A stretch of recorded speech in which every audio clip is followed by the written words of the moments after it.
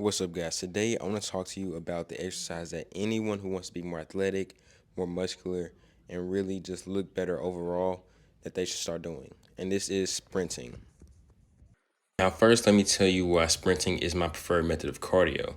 This is because when you're sprinting, you're building muscle, but you're also burning fat. This is because we're using more fast twitch fibers when we're sprinting. And when we look at several other studies, people have shown to gain 1% in muscle by just sprinting over the span of 2 to 3 weeks.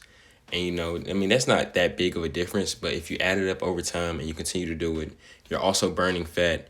While in comparison, when we look at jogging, you're burning muscle if you overdo it while burning fat.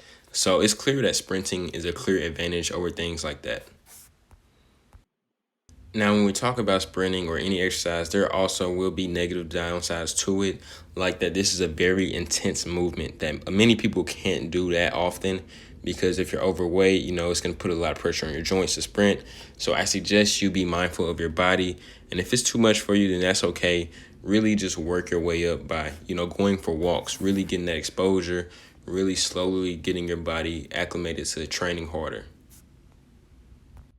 Now let's look at other ways that athletes can improve this. And if sprinting is just too easy for you, then I suggest you guys try hills. Sprinting on hills is such a great way to increase athleticism and push yourself.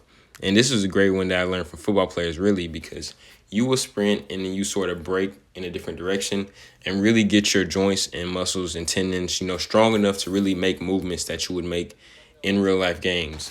But even if you don't play football or don't do sports like that, sprinting up hills really gives you an extra resistance. This hill I'm sprinting on right here is very short, but it adds resistance in my first part.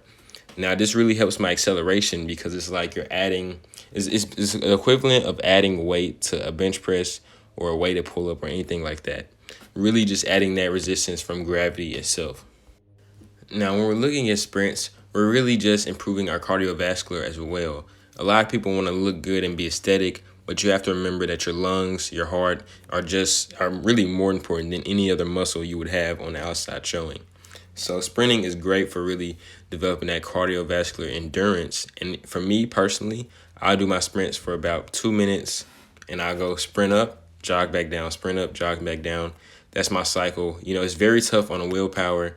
And if you don't have any space to sprint on, then it's okay. You guys can grab a wall and really do wall sprints.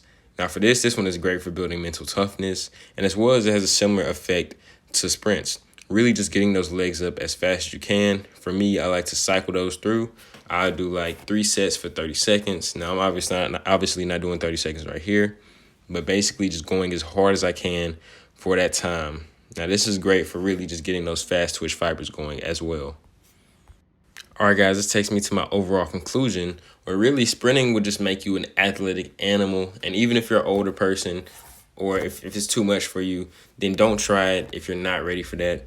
But if you want to be an athlete, if you want to, increase your body composition, then I definitely suggest you do hill sprints, wall sprints, high knees, things like that where you're really moving your knees, when we're really moving your body and getting those fast movements going. And I'll see you guys next time.